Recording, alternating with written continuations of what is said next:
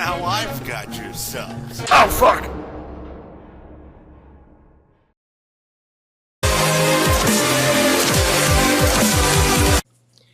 Hello everybody, welcome to Chax Break, where we talk about absolutely nothing important. It's me, Megafire, and with me is my wonderful host, who many of you ship me with, Dorko for you. I did not know about any shipping. Yeah, it happens. And today we have a grand guest with us. A lot of you recognize him. Who are you again? I forgot. Well, hello humans, I'm Yoshiller, I make videos on YouTube. Oh right, you're the guy that makes walkthroughs of Mario Kart! Yeah, man, and I play games and stuff. I'll never get tired of that joke, I'm sorry. Why did you... Okay, first question that I have to ask right here. Why did you name it Walkthroughs of Mario Kart? Why was it Walkthroughs? I'll tell you something funny, okay? Well, first of all, I don't only do walkthroughs of Mario Kart, but I worked for this website called Game Anyone really far back. And I was trying to record walkthroughs of games that they didn't have on their website yet. And the way you do a Mario Kart walkthrough was you'd play on each of the tracks, and they actually nicknamed it a drive-through. But otherwise, yeah, like how do you beat the original Super Mario Kart? Well, you got to play through all the Grand Prix, right?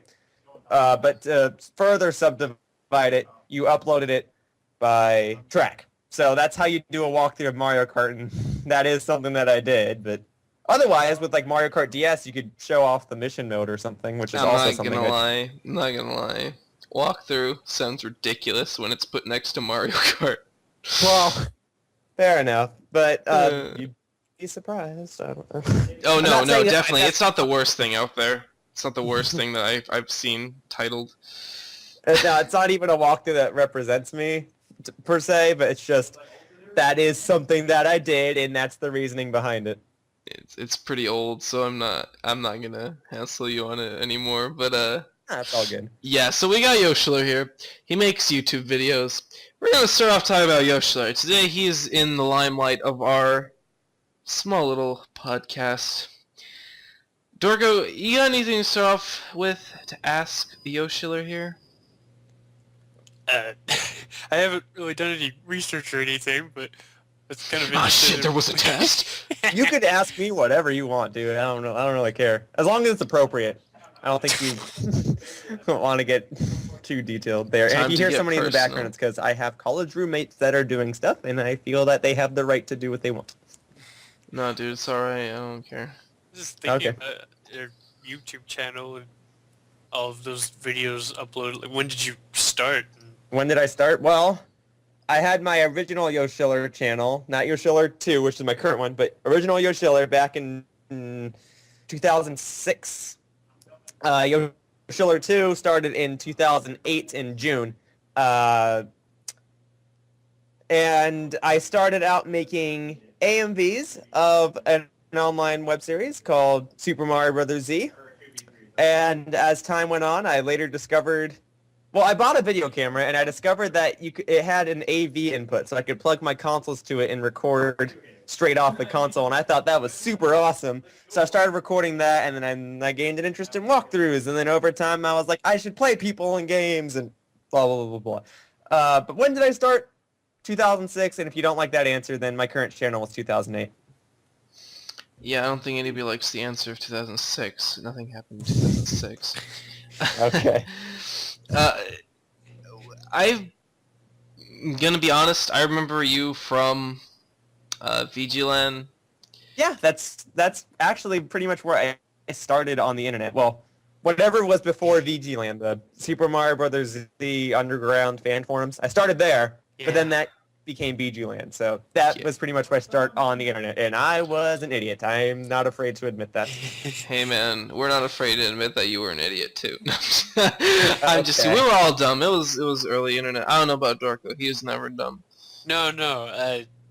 There was that one time where Paper was just reading old posts of mine, and it was terrible. It was pretty funny. We did go through. I mean, I am still an idiot, so it's cool.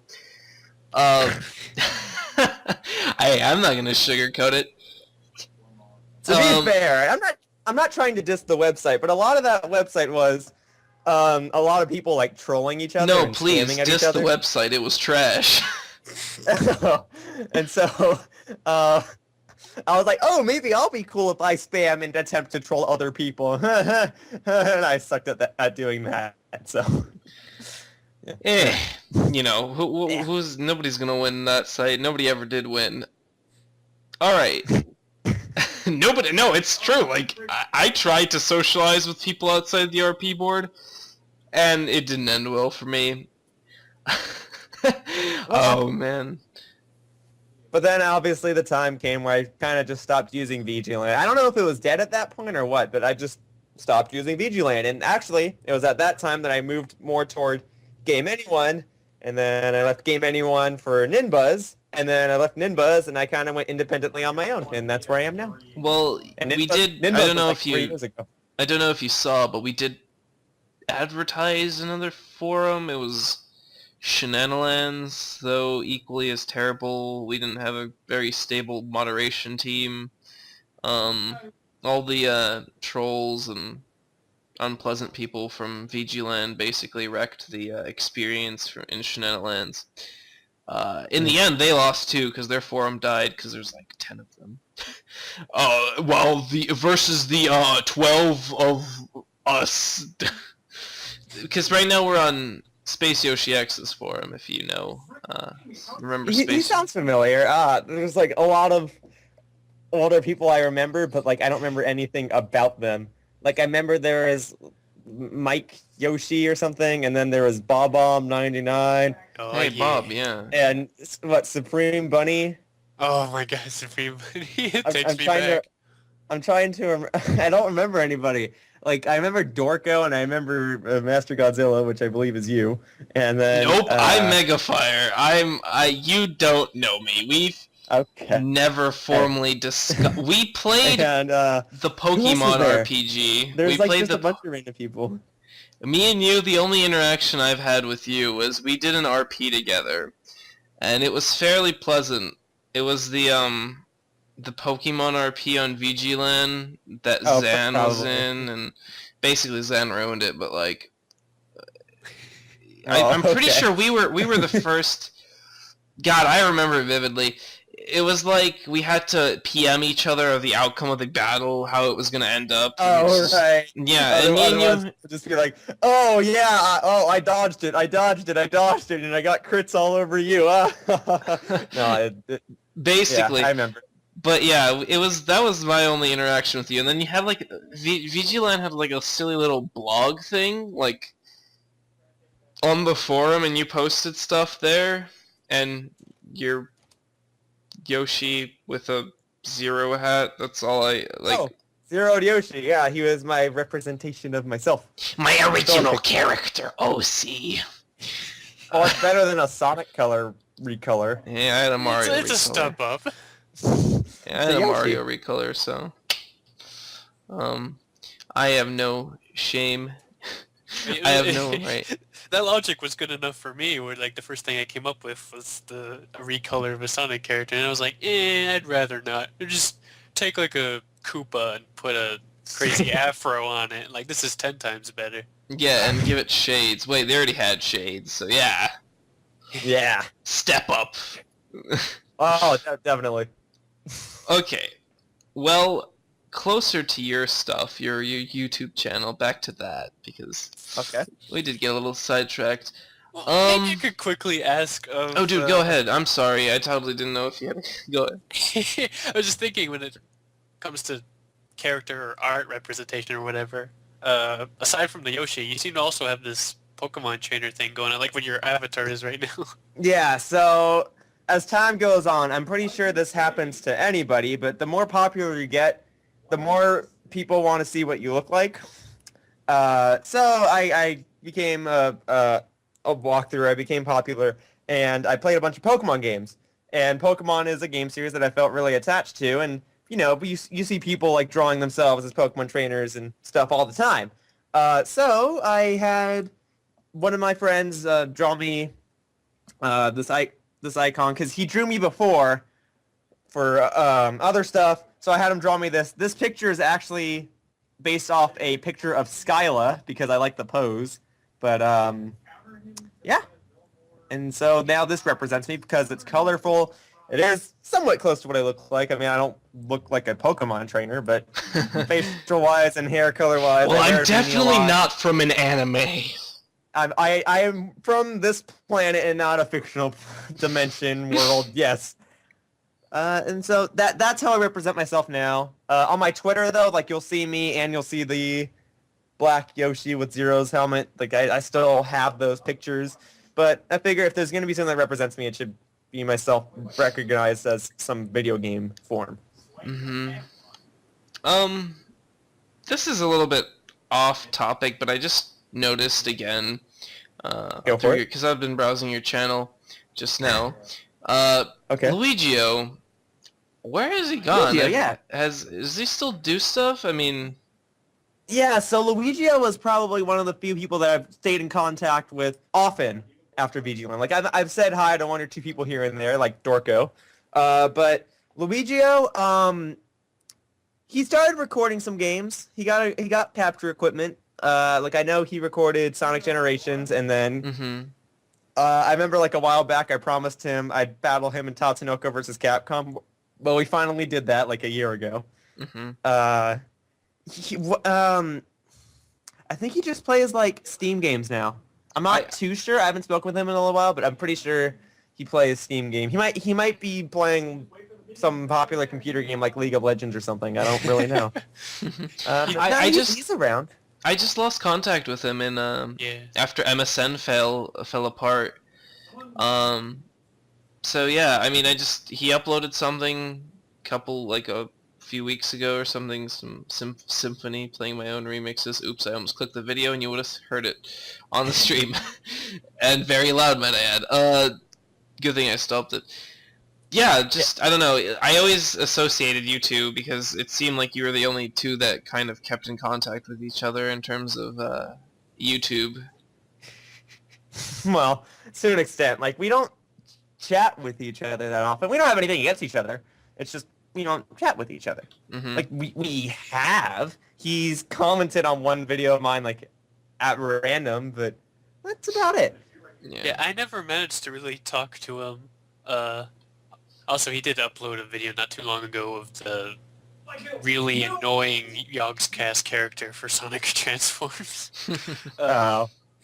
Also, I don't even remember if there was exact reason, but at one time I just played Left 4 Dead 2 with him, and I was really silly using the mic, and he uploaded it.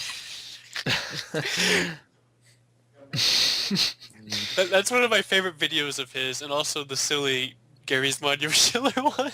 I backed that up on my external hard drive so I can make sure that I never lose it.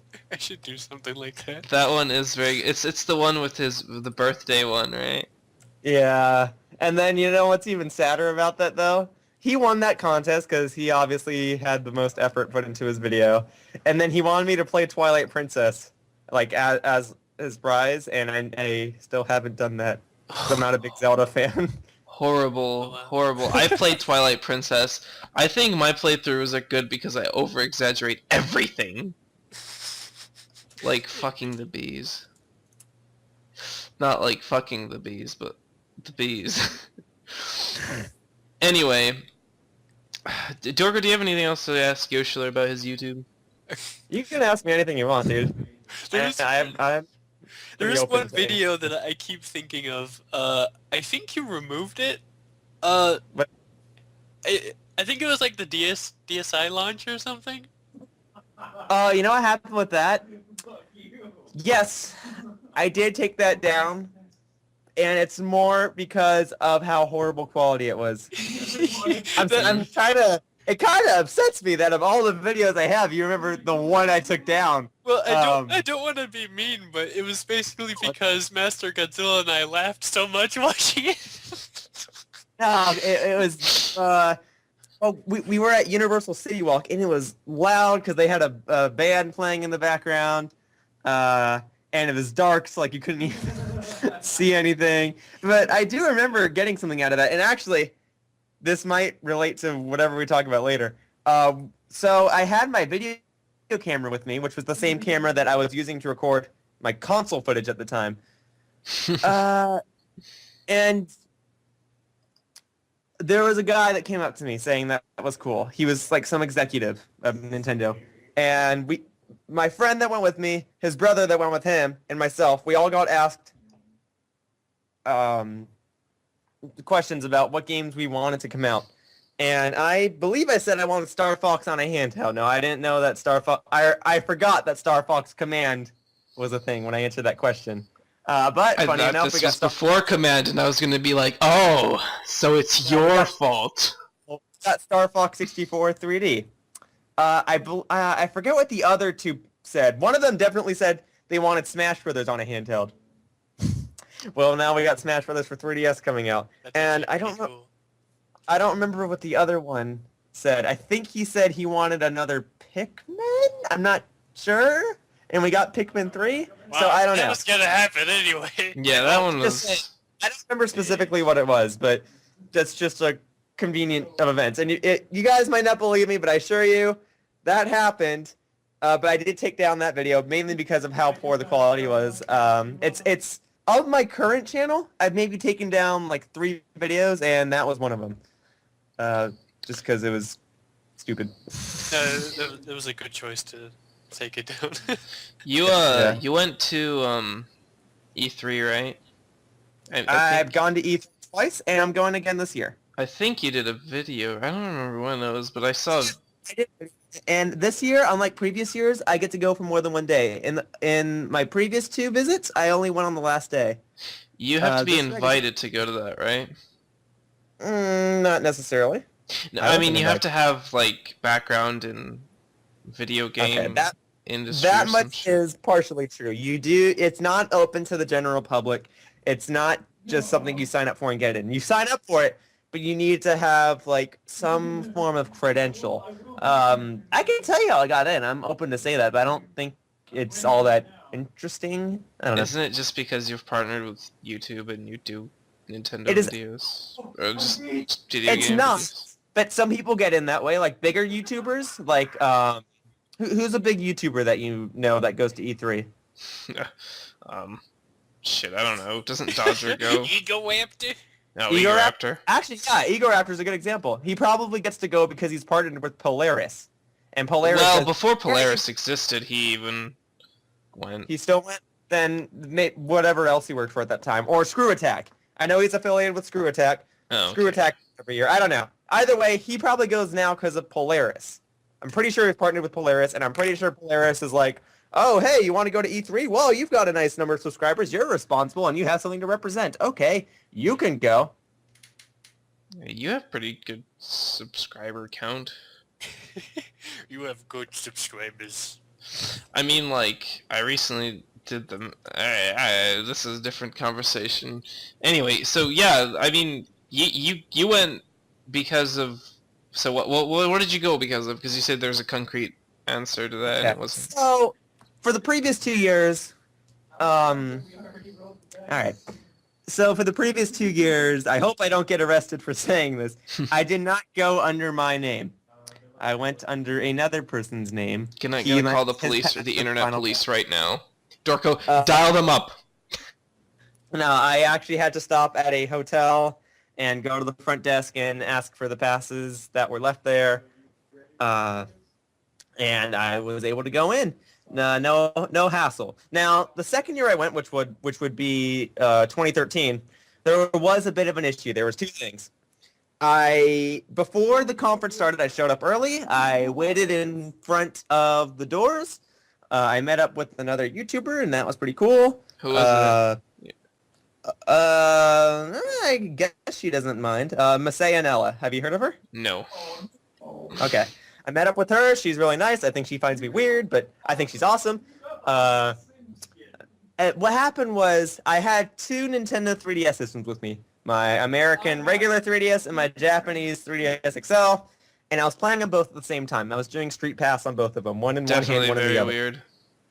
And the guy, and there was like a photographer there or a journalist or something. He had a camera, and he was asking what I was doing. I explained what Street Pass was to him, and he wanted to take my picture. And I said, okay, sure.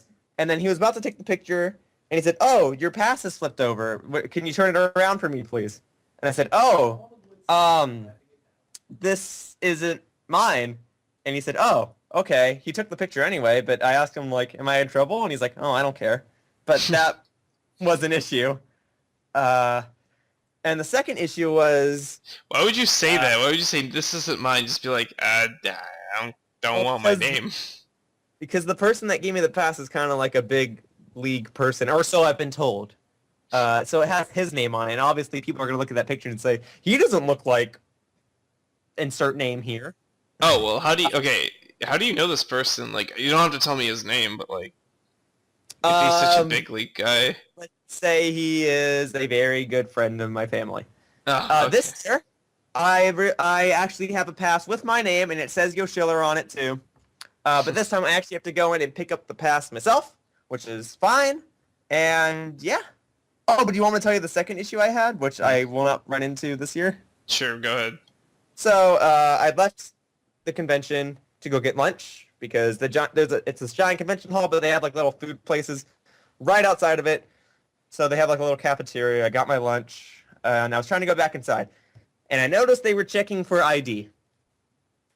And when they first I'm done for today. I had a good day.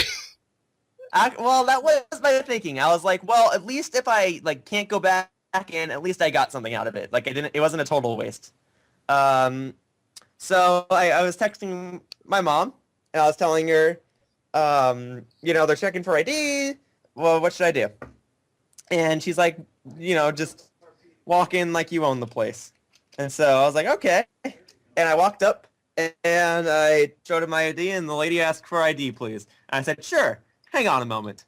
And I was trying to get in my pocket, which had like 50,000 things in it, and I struggled to get my wallet out. So I asked her, would you mind if I stood over here, and took it out? And she said, yeah, go ahead. And she kept going through people in line. While this was going on, while I was pretending to take my wallet out, there were two people from Screw Attack that walked by. I don't know if you watch Screw Attack. Yeah, I do. I'm not anymore, but I used to be a really big fan of Screw Attack stuff. Do you know who Ben and Nick are? Nervous Nick? Nervous Nick and High School Ben. I don't know High School. Well, the name sounds familiar. I know Nervous Nick, yeah. Okay. Well, they were walking by, and I was like, ooh, I know them. And so I went to go say hi, and I said, can I take a picture with you? And they were like, yeah, sure. And then another random passerby was walking by, and they said, hey, can you take a picture of us? And the passerby was like, yeah, sure, whatever. And they took a picture. I got a picture with them. I put it on my Twitter. It's cool. And I took a picture with them. I guess at that point, the security lady just forgot about me. But then I was still thinking, well, how am I going to get back in the convention? I eventually got back in by going through a different door. Because the door I went through, they didn't check for ID. They just checked for the fact that I had a pass. And there was like 4 other people around me, so they were just like, okay, well, you guys are all good to go. But yeah, it's kind of cool. Oh, right. That's good. That was quite the situation. All worked out. It's a good story. Yeah, it's a weird story. It's just a bunch of random stuff happened, but yeah. I think that's all the questions I had about E3. I mean, there's some more stuff that's a little bit more technical, YouTube-y stuff. I don't think it's that appropriate to say on the channel. It's just more out of curiosity, but yeah, if you have any other questions, just ask me. I'm not afraid to answer them. I already talked about stuff that I'm not proud of, and I don't mind it. So. Oh, your fan base. What do you think of your fan base? Be honest. I love my fans, dude. My fans are the reason I keep going. I have a very loyal fan base, and that's something I like. Certain videos will get 10,000 views, and others will get like 200, which is fine because it lets me know what my fans like and don't like. And I always tell my fans, if I ever become one of those big YouTubers that becomes like a jerk or whatever, just let me know. Or if you don't like something, just let me know. Or if you want me to try something, just let me know. No, obviously I'm not going to change the entirety of my channel just because one fan wants me to, but if it's within reason, Yeah. It's Yeah. like, you put this in the corner. I think it's kind of distracting. Can you change it? Yes, I've listened to things like that. Or your background is like taking away from the video that I'm trying to watch. Can you make it simpler? Yes, sir. So I'll do that. Well, that's And good. my fans are awesome, and I'm trying to do more fan-involved activities, but it's been kind of hard because my recording equipment's gone kaput and my internet's not safe, or when I say safe, it's not reliable. Like it keeps disconnecting. So are you basically on a little mini hiatus because of equipment right now? Well, no, because I recorded stuff ahead of time in case something like this were to happen. Well, God I meant recording hiatus, not then uploading. yes. Yeah. I'm still working on other big projects in the background that don't require recording equipment. Like it might just be like a lot of editing. But so I always have something to work on. I like keeping myself busy.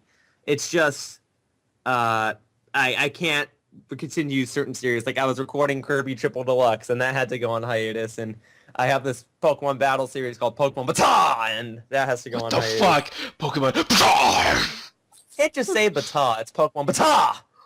What is this? I've never heard of this before. It's Pokemon battles anytime, anywhere. It's a series where I battle other YouTubers, including my fans. Oh, I see it right there. Okay, I thought it was a Pokemon game. I've never heard of this game before. It's X and Y battles. And then when I'm starting now, because Pokemon Bank is out, at least for me, because I have a Japanese 3DS.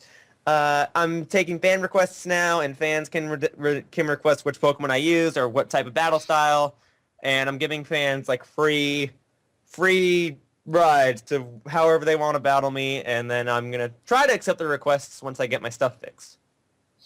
Well, that's good that you're taking fan stuff. You know, me and Dorko probably won't mind being in some of your videos. Maybe not your versus stuff, but maybe voicing over stuff with you.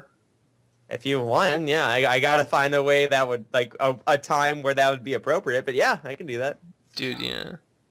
I like commentating on games. I like playing games. Sometimes I wish I could play the game, but also comment on it. But then at the same time, I'm like, well, I could just record it and comment over it. And I'm like, No. that's boring. You gotta get your live reaction. You're not gonna have the same reaction when you post-commentate it. You gotta do live commentary. You gotta talk about things as they happen. That way it's more natural. However, that's what that I isn't think. to say that post-commentary is never appropriate. Like, there are certain scenarios where, let's say, you need to talk about something, you forget to talk about it, okay, post-commentate it, edit it in. But I always approve of live commentary. I always, like, choose live commentary over post-commentary. Alright, then I guess I have a question more personally linked to my own stuff. It's Okay. me and Dorko wanted to play Wind Waker together. Well, I mean, I was gonna stream it, well, we're trying to figure out a way for him and me to comment over the game while I'm playing it live, but we don't live near each other, so that's a barrier we have, and streaming might not be the best because of lag, and also quality's a bit poop. I'm also doing it on an emulator because I have no way to stream my Wii onto my computer, and and as you know, Dolphin is a bit extensive because not all of it is optimized. So I've already got the strain of a recording software and the emulator and Skype on there. Skype not such a big deal. I have a pretty powerful computer. It's mostly the fact that streaming might be a little bit too much of a strain on the game.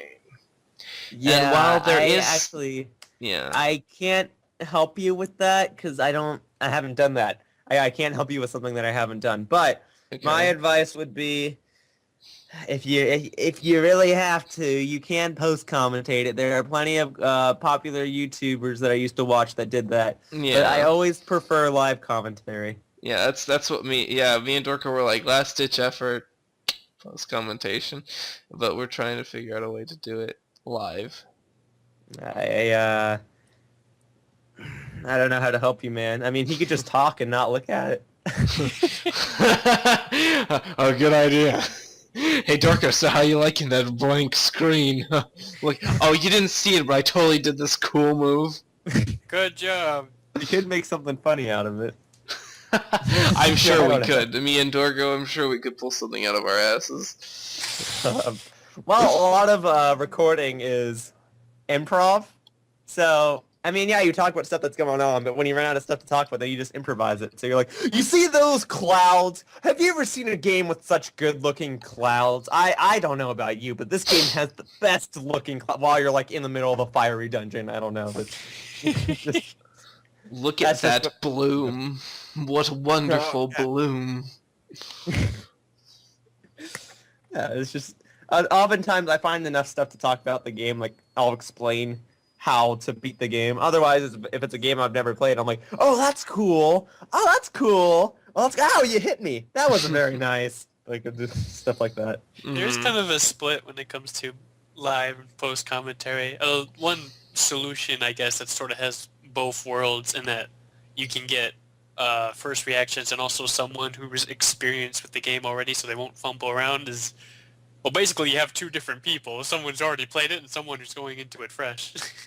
That's what Retro Prey seems to do. In this case, it'd be I don't both watch of us Red going in Dead fresh. Because none of us played Wind Waker, and right now it's... I played Wind Waker, although Did I you never really? beat You it. told me you didn't. No, I never beat it, but I played it. Oh, okay. I guess I can use that excuse now. I played it, but I never beat it. I got past the first dungeon. Even though I didn't record it, I have to re-record it. That's Or what you I could- was thinking about back then when I was younger. could Like, always- oh, I didn't record it.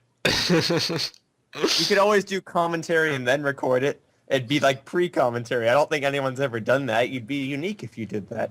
It'd be like it's like taking this podcast and putting it over the game.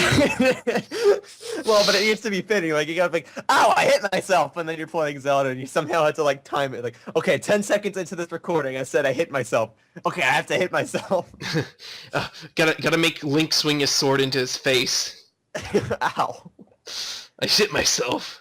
Dang it! If you got a way to go like that, then the safest thing to say is, look, I got more rupees, because that game is fucking full of them. Don't get me started. I'm gonna go on a tangent. So let's just drop this You're one. making yourself get started. I know. So, do you have any other questions, my good sir? Do we? I'll answer anything you want. Huh. Are you gonna go to any PAX event this year? Actually, it's funny you asked that. Yes, I'm going to try to go to a PAX event this year. I have not gone before. I have decided that I would like to go to more conventions, and actually, I can get into like a reason as to why after I answer this. I'm going to try to go to PAX Prime this year. I'm going to try to... I haven't like told my fans or anything. I've asked around, asking other popular YouTubers that are friends with me. I've asked them, is it worthwhile to go to PAX Prime? You know, I'm already doing this other stuff. I'm already going to E3. Is it worthwhile? And most of them have said yes. So I'm going to try to go to PAX Prime. I know tickets sell out like crazy, but I'm going to do my best. We're gonna be in conflict because I'm going to try to as well, and I live like 10 minutes away from this convention center that it's hosted at, so... You live in Washington? I do. I am in Seattle. That is pretty sweet, dude. It is. I love this place. I love... You know what the worst part about PAX Prime is? What? I work past the convention center, and we have a freeway that goes right under the convention center. PAX Prime 2013, I missed the tickets by literally 20 minutes. Literally. They went on sale, and they sold out in about half an hour. I knew they were on sale. I needed to get to my car to get to the credit card. I didn't make it, and I got sold out. I was bumhurt. Every time I drove under the convention center, I stared up, and I cried. Because I wanted to meet the Game Grumps. That was... it was back wait, the when Game Grumps go to PAX? They did go to PAX Prime, yes. JonTron and Ego were still a thing back then. Have they gone... I don't... Because I like Danny. I would love to meet Danny. He's left-handed and he's Jewish, and I feel like we'd get along just fine. I didn't know you were Jewish or left-handed. Oh, dude, I'm all over my left-handedness. Learning all the things. I just want to meet John, Tron, and Ego, and Barry, to be honest. Barry would be fun. Yeah, I just want to take a picture with them. I like taking pictures with popular YouTubers. It makes me feel special. Yeah, Great memory. but yeah, Okay. if you do go, we should, and if I manage to get tickets, we should totally hang out and go together. Definitely. Actually, okay, let me explain why I want to go to more conventions this year. It always, like, when I went to E3 these past few years, it meant the world to me. Like, it was super awesome when you see this bigger YouTuber and you say hi and they say hi back, okay? That's, like, super... I know that's ridiculous, but that feels super awesome. When I get to meet other popular YouTubers that inspire me, like Pro Jared, if you know who he is. Yeah, Or, I vaguely know his. I know his existence. I don't know what he does. He's a gamer. Or other Let's Players and stuff. Like, just being able to, like, shake hands or take a picture with something, that makes me feel, like, super awesome. Or back on VGland, I was quite the persistent little fanboy with Alvin Earthworm because I was super happy every time he responded to one of my questions. So I asked him a bunch of random stuff like, do you know who Pommy from Bomberman is? And I'd ask him stuff like that. And even as stupid as I was super happy every time I got a response from him. So I want to go to more conventions, one, so I can meet other popular YouTubers and, you know, kind of explore a little bit more, and two, so I can meet people that are fans of me and give them the same happiness. That's totally a great idea because that. I mean, I am, of course, not popular on YouTube whatsoever. I have 30 at best subscribers, and most of them are people that I know. Not complaining. I do... The only reason I want to get popular is because my passion throughout life's always been to entertain people, and I am, for that reason, I act. I'm an actor. I'm a voice actor, and I do the things I do because I want to entertain.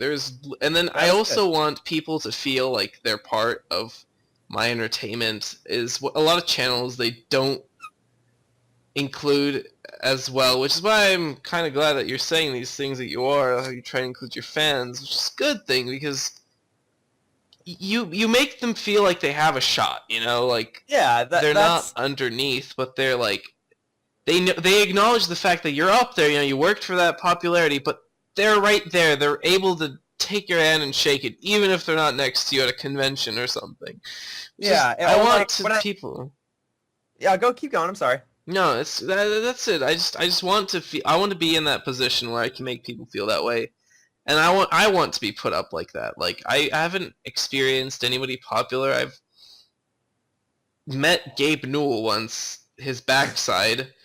And since then, has been my goal. This is why in this podcast, I had me and Dorko have had Mike Pollock on it.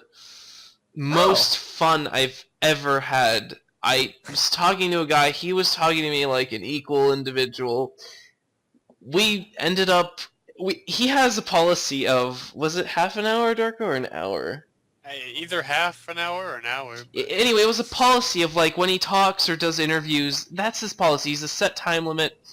Alright, we recorded that, and then he said, you know, these are usually the times I talk with fans, and then I've got to go, because I've got a busy schedule. We ended up talking for 3 hours? 4 hours? We were talking about radio. You know, he was kind of teaching us. We took it all in. He gave us some links. I went over them. It was really interesting. Really, really interesting, you know? Yeah. It was... That's awesome. I've never got to talk with Mike Pollock. See, even, like, whether you're popular or not, you get to do all sorts of cool stuff. He gave me that, you know, like, we're not popular, but yeah, he was like, you know what, it doesn't matter. I'm still going to talk to you guys if you guys want me to. He took time out of his day and he did that, and most popular video on our channel, for one, 120 views. Duh. Yeah, and it was just a really enriching experience, you know, like, it felt good. And I mean, talking to you too is the same thing. I mean, on a smaller scale, sure, but it's still the same thing. You have a following, you're popular, you did something right, you know, and it's cool that you're able to just come our little 12 subscriber, 13 subscriber podcast and be like, hey, so why not? Yeah. Let me tell you something though. Like, let me tell you something that's even more interesting about the fact that you got friggin' Mike Pollock on your podcast, okay? First of all, I think it's cool when you get someone like super popular, especially someone that's popular in the face of gaming, because you don't see their face. You see the character they voice. I think it's cool that you got someone like that on your podcast, even if you only have 14 subscribers. In fact, I'm actually jealous that you were able to talk with a voice actor like him, because I hear he's actually pretty funny. He is. He's a really nice guy. What's even more interesting is, when you get popular, you get requests all the time, like, what's your friend code, or can I play you? And it's not like I don't like the person. It's just, if I say yes to you, then it's not fair to someone else where I say no. Like, let's say 50 people ask me. If I say yes to one of them, why does that one person get a special treatment over the other 49? So, I usually have to say no. Once in a blue moon, and I'm sure other people do this too, you usually say no, and then you cave in to one person. You say, I'm going to give that person a shot. Like, I've had people where I was just talking, and I get people that ask me stuff all the time, and I say, sorry, I can't do it. And then one person's like, hey, today is my birthday. Can you play me in Mario Kart? And I was like, you know what? Yes, I will play you in Mario Kart. And I did. Now, going back to what you were saying, you got him for more than 4 hours. That means he's just devoted to his fan base. And I think it's cool when popular people do that. Yeah, I mean, I guess a lot of popular people always care about their fans, but like, to be super devoted to your fans is something that I really do appreciate. And I'm trying to do a similar thing. Like, I'm popular, but sometimes certain videos don't get too many views, so I don't want to comment too much on it, because then it's like, oh, gee, you have 30 comments on this video, and 50 of them are from the creator. Well, that's kind of weird, but it's like how we started this conversation. It just means the world to me when someone bigger than I, someone that inspires me, just like takes a picture with me, shakes my hand, says hello. That's awesome to me. And like, I met the Angry Video Game Nerd, not trying to brag, but I did. And he was only able to talk to me for like 5 seconds, because obviously everyone wants to talk to him. But I managed to get a picture with him. He signed my video camera, and now I like cherish the video camera, because I'm like, I just got this signed by one of my first inspirations on the internet. But so I would love to go to PAX, meet people bigger or smaller than myself. I'd love to meet Game Grumps, especially Danny, because I think he's hilarious. So I would love to go to PAX. I hope you're able to go to PAX. I hope anyone's able to go to PAX, but we'll see what happens. I think my biggest fear about going to PAX and meeting these people is, like you said, all these other fans want to meet this person. And I don't want to brag, but I'm gonna cosplay JonTron when I go to PAX Prime.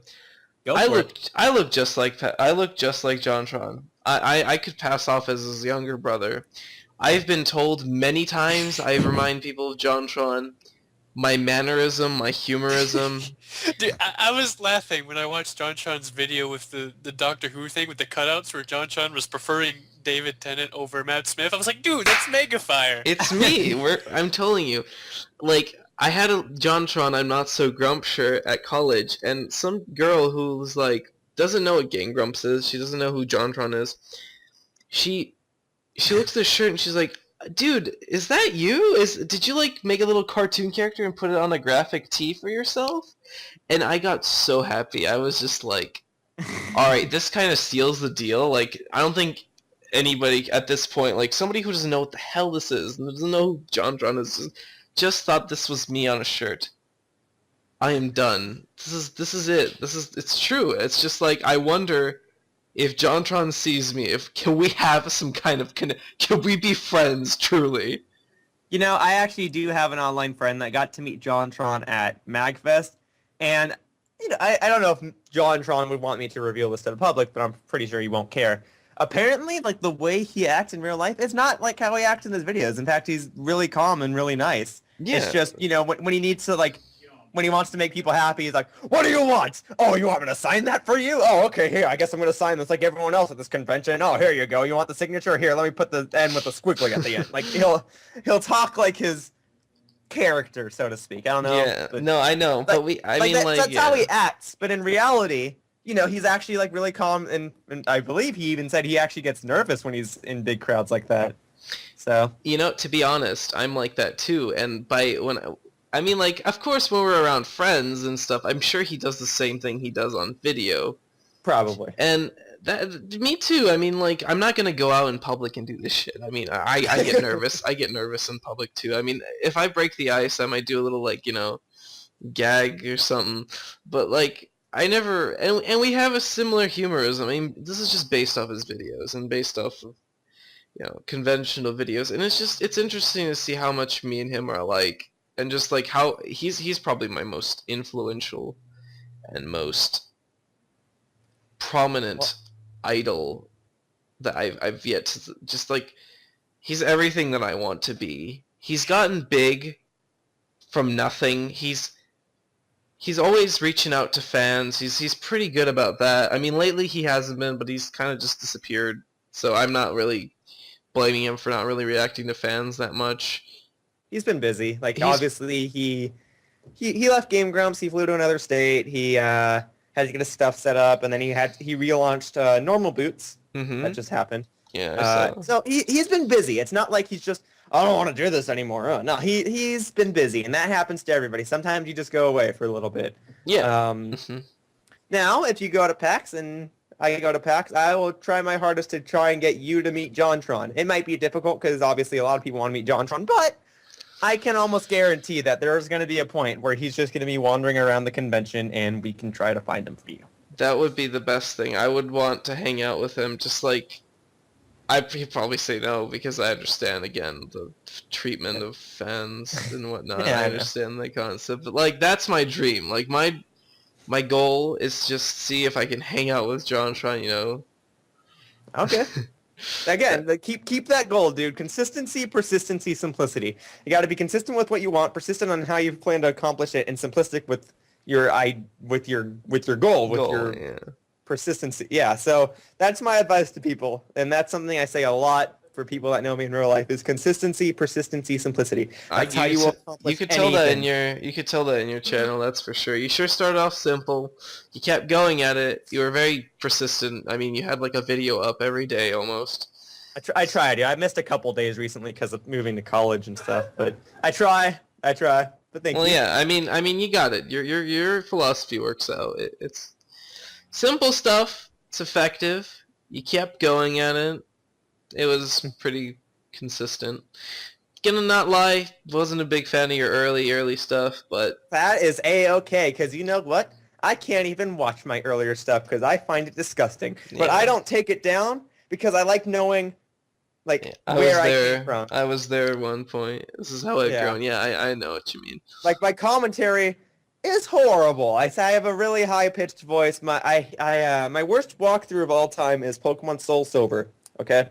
It is 99 parts long. Anything that can go wrong with the walkthrough went wrong with this walkthrough. Like, the commentary was bad, the game was too loud, and then at this time I was trying to experiment with a thing called batch rendering, so you could render multiple videos at once. And I thought that would make things easier so I could get videos out faster. Well, in doing that, one part would start off as the end of the previous part. So it would just start off with, that wraps up this part of Pokemon Soul Silver, and I'd like to thank you all for watching. Hello, I'm Yoshiller. Today and then to add it on top of that, sometimes I put the wrong commentary files on the wrong videos, so the commentary wouldn't match up.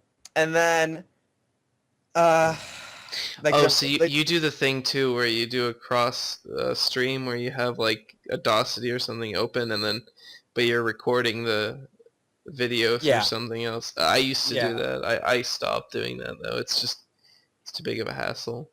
I still do that just because it gives me more control in editing. Like if it gives me more control over certain things, like if I need to make the game audio loud for one part, or if I need to, change volumes. But yeah, that is horrible. I actually don't want anyone to ever watch that again because I'm so embarrassed. But I keep it up because I can tell people I sucked. In fact, this is horrible. That walkthrough got me nominated for worst walkthrougher when I worked for Game Anyone. I didn't win, thankfully. I feel bad for the person that did win, but I got nominated for that for worst commentary. But now since then, I guess people like what I do. They actually always tell me to do commentary. Like I did Mario Kart Wii races, and I started it without commentary, and then I started doing commentary, and then I did like one without commentary, and people are like, "Where's your commentary? I like listening to it." And I'm like, "Oh, sure, I'll do commentary." And then over time, it feels weird to not do commentary. In fact, I encourage doing commentary because it makes the video funnier. Otherwise, you're just watching a person play a game, and you can do that on your own, Now, there are times where commentary is not appropriate. Like, if you have a 1-minute video showing, like, a speed run of a level, then you might not need commentary. But with a walkthrough or two people playing a game, I got to do commentary. Otherwise, there's no point, in my opinion. There is a demographic for, like, I just want to quickly look at a video of this one scene in the game, right. and I don't want any commentary, so... Yeah, fair enough. Well, that is also why I still continue to put the words with commentary in my video, because that way people will understand. Because I know there definitely are some people that, sometimes even myself, like I'm looking up a TAS, let's say, and some people will have like, oh, here's my commentary over it, like a narration. I'm like, I don't really want that. I just want to watch the TAS. Oh, here we go. Here's the non-commentated version. Like that is something that I know still happens, and so. For people that don't like commentary, that's fine. This is just my views on it. It's definitely good philosophy. I think I agree with you. For my shorter videos, I don't do any commentary. Most of them I do have commentary. Most of them I regret having commentary. It actually might be kind of an interesting experiment if you... it would take a lot of effort if you like uploaded a version with and without commentary to see which one had more views. I actually did do that for 3 videos. They were Mario Kart races. And they're still there. Like the commentated version went on my channel, and then the non-commentated versions were unlisted on another channel, and you could click this annotation. But I realized that only a couple of people wanted the non-commentated version, so I stopped doing it because it was kind of a waste of time. It was twice the rendering and twice the uploading, and I'm like, I could be working on other stuff. I can't cater to 27 people when like 2,000 want to watch it with commentary. Nah, that totally makes sense. I'm kind of jealous. I'm just looking at your Bomberman 64 video here. One day ago it was uploaded and it's already got 653 views. Well, if you wanted me to brag a little bit, that's actually my views have gone down with that video. If you go back to like a week ago when I was working on Kirby Triple Deluxe, because it's a new game, those videos would get like 1,000 views in like an hour. Actually, I noticed that too. Six did a similar thing with Oh yeah, Space Yoshi X. He just did like a video of him playing the Wreck-It Ralph game on the browser, like when it first came out, and he got tons of views, raking them in. Yeah, tens of thousands. I don't make videos of new games just because I want the views. I make videos of new games because I want to play them, and my fans want to see me play them, which I guess, in a sense, means I'm playing it for views. But that's not my intention. Like, I'm uploading older games now because I can't record new games. It's not like, oh, well, there's no new games out. I guess I can't make videos right now. No, it's just like, so I like to mix it up. I like to do old and new. So right now I'm uploading Mario Land 3. When the time comes, I'll get back to recording Kirby. And Yoshi Island when that comes out. That's a good philosophy, and I think that once I come out of hiatus on my channel, because right now I'm just uploading sporadically, mostly because the whole Wind Waker thing happened. My game save got messed up, so I have to redo the temple, and I lost motivation doing it alone, so I want to do it with Dorko. Been told me and him are a good team, so it helps. I haven't finished a single series that I've... No, that's a lie. I finished, I think, one thing. I don't know what it was. Forgot already. I It was didn't... memorable. I didn't finish a lot of series because I lose interest in the game, and I realize it's because I've been going at it wrong, and I've been discouraged because I don't have... Like, it's an emulator, right? Most of the games I play, I try to play something, like, not generic, like 2D Mario, Mandu's got his Super Mario World stuff and other Game Boy Advance. I don't want to do that. I don't. It's just, it's been done to death, and I want to do more GameCube era, PS2 stuff, PC games. I haven't done any PC games. I don't know why. It's stupid. I should have. The only PC game I have is Prince of Persia, and I haven't finished that one either. I have no excuse for that one. I just kind of stopped. Really, there's just as far as I don't want to do something that someone else has already did. That's it's kind of impossible. Well, yeah. To be fair, you do have to put your own spin on it if you want people to watch it, because otherwise it's like, what do you do differently than this video right here that has 30,000 views already? Like, but. I'll tell you something interesting. Walkthroughs actually encourage me to finish the games I play, because I have a lot of games that I'll start playing and then just won't finish. So I'm like, I gotta work on other stuff. Like, yeah, Sonic Lost World. Okay, I'm kind of sad that game wasn't as good as I thought it was gonna be. I got the 3DS version. I was like hating on that game after the first world. Most of my commentary was, I can't take this anymore. I'm gonna throw this out the window. Like, sounds like my playthrough of Wind Waker.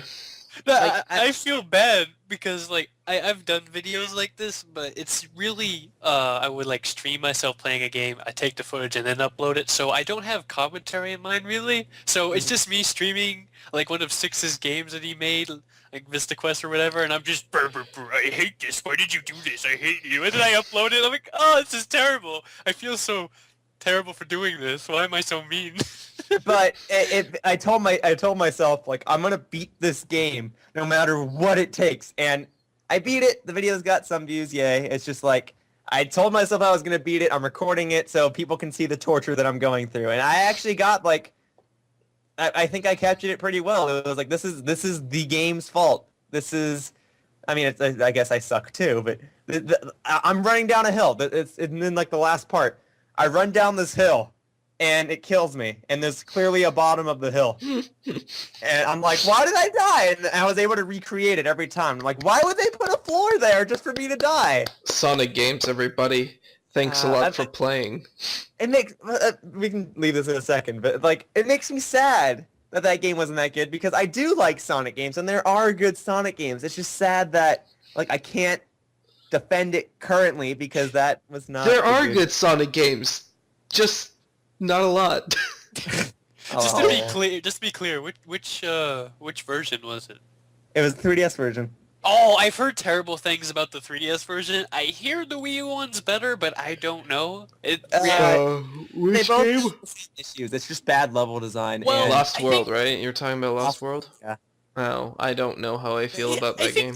I think the 3DS version does have some worse things about it. I'm not super informed about it, but I do know you have to like use the weird gyro controls. Yeah, the gyro controls for the special stages. That sounds terrible. Also, I think Yoshi's New Island is gonna do that too, or something. Well, I heard that had options that you can turn those off. Okay, well that's smart. We'll see. I'm hoping that's the case. That'd be Nintendo, smart.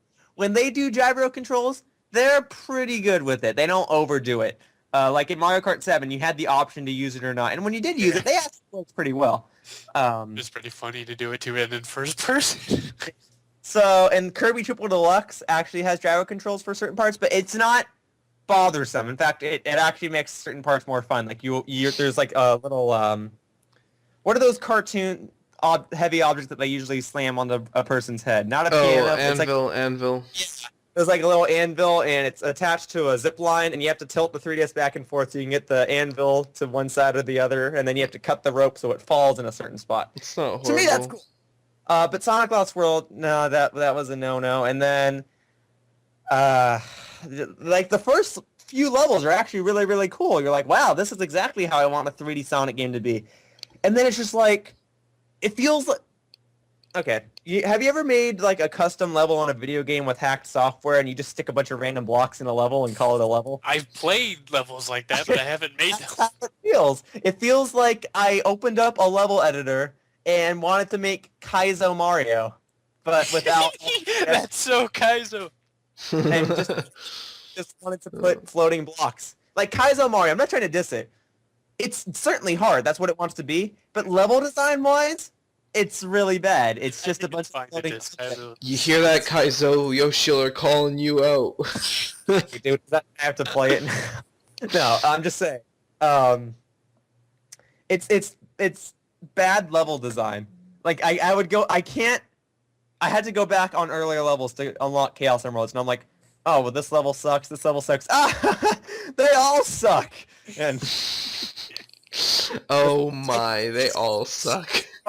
they're all frustrating. But okay, I'm sorry about talking about Sonic Lost World. I'm just saying, encourage me to finish the games I start playing. It's pretty funny because people have made jokes like, this is the podcast where we talk nothing but Sonic and complain about it. Nothing but Sonic. Sonic sucks. That's basically this podcast. It's funny because we started with like, okay, this is the last Sonic thing we're doing, and then we never dropped the subject because Sonic is just a cancer that keeps plaguing us. There are certain things about Sonic games that like are really defining in game design. Like, I don't know if you guys like Sonic Adventure 2. I love it. Oh okay, man, you guys... me and Dorko, we love the adventure game. I have mixed feelings about the second game. Okay, I yeah, like when oh shit, we're gonna go back to our topic of Sonic Adventure 2. Well, anyway, long story short, we played it as a group of friends, you know, me, Mandu, Yeah. Six, and Dorko. We played it, you know, all at the same time, and we've basically came to the conclusion that there's some stuff we might have missed when we were younger, or we realized that, yeah, this was not good. It's definitely... my complaints with the Sonic Adventure games, I always had those complaints, but I still love the games regardless. Mostly the first Adventure. First of all, I should add that you guys mentioned Mandu, and I'm sorry that when I mentioned people of VG Land that I remember, I did not mention Mandu. Mandu, I remember you. You're cool. Second of all, Sonic Adventure 2, like, there are certain things about that game that I really like the first Sonic level, City Escape. There's a giant truck chasing you. What game is gonna do that? Like, there are certain games that you look at, and you're just like, the developers had fun coming up with these ideas. Didn't Pepsi like Man have that? It didn't feel like they just sat at a computer and did it because they were getting paid. It looked like they legitimately said, wouldn't it be fun if a giant truck chases you for the last section of this level? Yeah, that's totally fun. What if Crash Bandicoot took place in a city? Oh, but no, man. everyone loved City Escape. Or like, I'm sorry, we could drop Sonic Adventure 2. I'm just saying, like, there's a lot of things about Sonic Adventure 2 that I really, really like. It's just, why can't you do that again?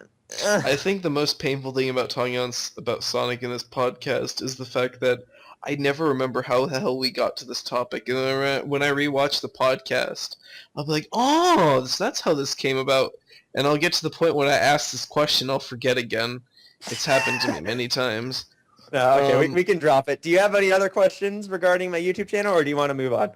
There was one quick one I had, and anything you want, dude. What do you use to edit your stuff? Video. To edit?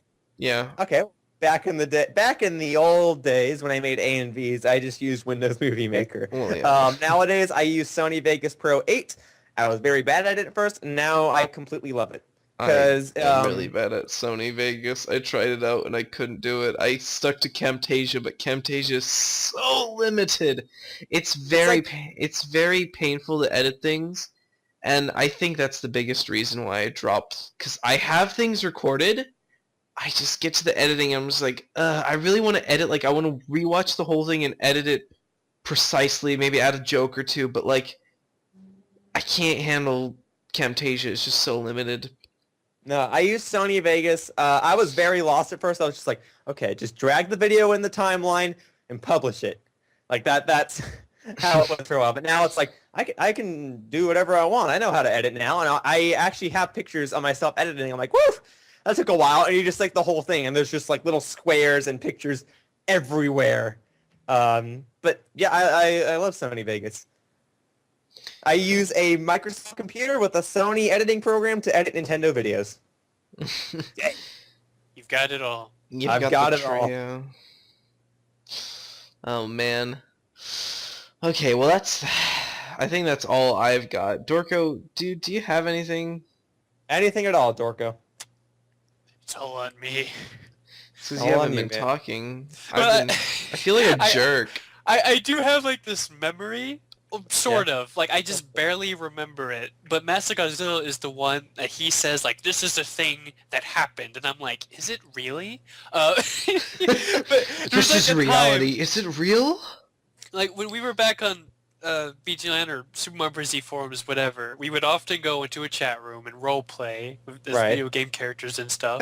And MG would, his multiple times has told me about this one situation, or I think it was you, Yoshiller, you were Yeah. there, and it was something like a character that you had was saying something like, Oh, this is my favorite story. like, everyone, give me your power.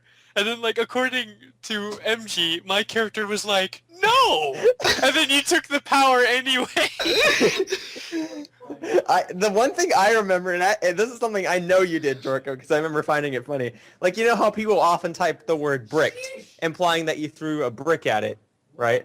Yeah. So yeah, I remember like you do like characters, like you just got Wario'd, and then you'd roleplay as Wario and be like, whoa, how did I get here? I don't even know what's going on. Oh man, I envy you guys. I really wish I was part of that time. I've completely forgotten about that, but now that you've said it, that memory has just flowed back into me. Like, I remember making that joke, and I'm so proud of myself. I think the best part of those role plays is that what it really was, or at least sometimes, was that it was like group improvising comedy. Right. And I was just like, and then half the time everyone else would be like, what the heck is going on? I don't even know are we doing this plot or this plot? Is this a subplot? What are we doing? And ultimately it was just like, okay, I'll see you tomorrow. Okay, see ya. Just do whatever, but it was fun, whatever we did. I know. I guess I mean the most recent was the closest memory I have to that is that we used to do improv stories in Skype. Remember, Dorko? Me, you, Autumn, MG. There was, I think sometimes Bob. We just kind of went in a circle and added a bit to the story. We had something with a crocodilio, and then Dorko rides the crocodilio off into the sun or something like that. I don't know. I think we did that like once or twice. Was it like one of those 3 words things, or? Yeah, it was a few. We did it a few times. It was fun. I mean, that's the closest we gotten to doing an RP. Those remind me of like those VGLAN forum games where you do, or where like you'd have a forum and it was just called like Count to a Million, and so each post had to count the next number. And then there was one called like Last Post Wins Go. And some people were like, I win, and then like someone else would come in and it's like, no, I win, and that thing just got like flooded, and then a mod just came in and said, I win, and then he locked it. I remember one time. I remember that too. I think what I did, I remember, is that I posted that thread, and then I posted a bunch of other threads, so it would get buried, and it was like, it's working. But then, of course, someone eventually posts there. I'm like, dang it! What a strategist, Dorko That Free. thread was genius. what a like that. I'm not trying to sound mean toward VGLAN, but a lot of people on that site were jerks. But I can't help but find that a lot of things they said to be funny. Yeah, that's basically. It was what definitely pretty great. I loved lurking. Yeah, I was one of the guys that just sort of stuck around the RP board, and then every once in a while stuck my head out and had no idea what the references were that people were talking about, and I didn't have the energy to browse every single fucking thing. I used to do that. Like, to get a reference, I would go through threads upon threads of stuff on VGLAN just to get things, and it was kind of horrible, and I just stopped. I just stopped giving a shit, and I kind of lived in... That was like one of the moments when VGLAN was not dying per se. It was like about half a year before that. I kind of like stuck myself out of the RP board because the RP board was shit at that time. I'm actually okay. I'm gonna try to look for it right now. I remember I came on one day. I came on to VGland, and everyone was me. Do you remember that? I don't know why, but I think I remember something like that. And people would have my icons and like invert the colors or flip it upside down. I don't remember anything like that. And there was a rap that went with it that was the same as the real Slim Shady. And I had the lyrics saved. I found it. All right. It took place on the VGland forum on August 4th, 2009. I made sure to tell myself that. And it's like, may I have your attention, please? May I have your attention, please? Will the real Yoshiller please stand up? I repeat, will the real Yoshiller please stand up? We're going to have a problem here. And then it was like, you all act like you've never seen a walkthrough before. Recording the feeds off my Nintendo 64. Fixed my Game Bridge so I could record more. And I'm... You've got to just copy and paste this rap into the Right chat. now? Yeah. Okay. Jesus. Yeah. And I just came on and I'm like, what the frick? And I thought it was hilarious because everyone changed their name to Yoshiller because you could change your names. Everyone had my icon with like some form of edit. So like one person would have the eyes going like cross-eye, and one person would have the picture upside down, and one person would like have it with the with like a mustache or something. Oh Yeah. my God, what is? Now this is And actually like, in LMJ reference to the said, actual "Nothing, you song. idiots. LMJ's banned as posts have been edited." It's like in reference to the actual song. Oh God.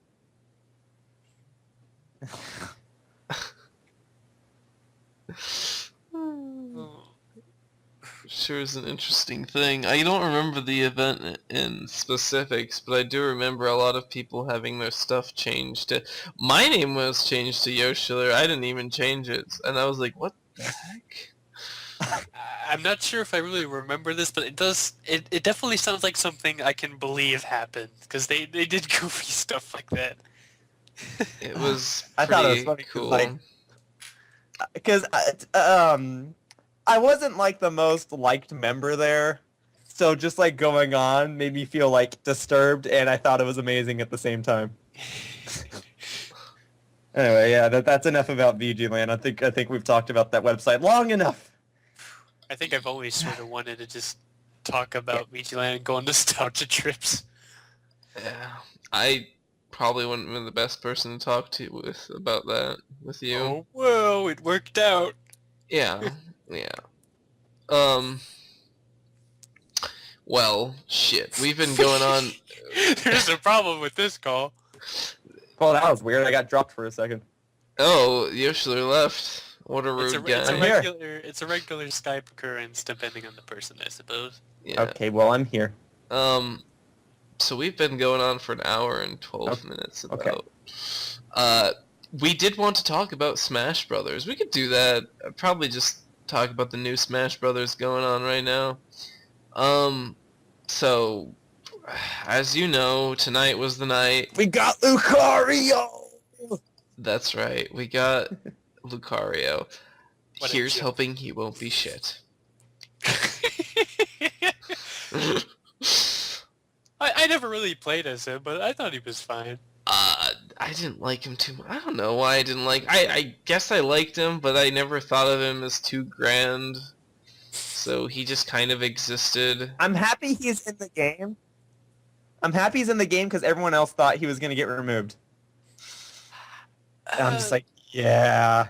Earlier on, I did follow that logic where it's like, obviously Mewtwo got replaced by Lucario because he was the new hot Pokemon, and I was like, okay, I can see Lucario getting replaced. But the more I thought about it, it's like, for one, why would they remove characters with the moveset already? It'd be more convenient to keep them. And for two, they don't have a Pokemon that can replace Lucario. From what I hear, there's no Pokemon that's popular enough to do that. They would be better off putting in older famous Pokemon back in instead. Well, first of all, two things. No character was actually replaced in Brawl. They were actually all intended to be in Brawl. It's just time constraints. So it was like, which characters do we cut? Let's cut the clones and plus Mewtwo and Roy. Okay. Okay, Roy was a clone. Well, whatever. He was different enough. It was like Ganondorf to Captain Falcon. Second of all, so I was talking to people, and a lot of them wanted Zoroark to be playable because he's kind of like Gen 5 Mario in the sense that he got his own movie, right? Yeah. So I was like, here's the thing though. Generation 6 came out, and they introduced Mega Evolutions. So people were like, oh yeah, Mewtwo can come back. The Mega Evolution can be his final Smash. And I was telling people, Lucario has a Mega Evolution too. Why does this? And he's in the more recent Smash Brothers game. So as much as I'd love both Mewtwo and Lucario to be in it, I was telling them they're probably gonna pick one or the other. If they have both, that's awesome. But and then I was telling him, but that also means that Zoroark probably won't be playable. Yeah, there's nothing really in Generation 6 unless they want to have, not counting Mega Evolutions, unless they want to have, I don't know, like Pokemon Trainer Gen 6. I don't know what they're gonna do. Dunsparce. They're gonna have Dunsparce. Dunsparce. Goomy. Yeah, I would Goomy, love dude.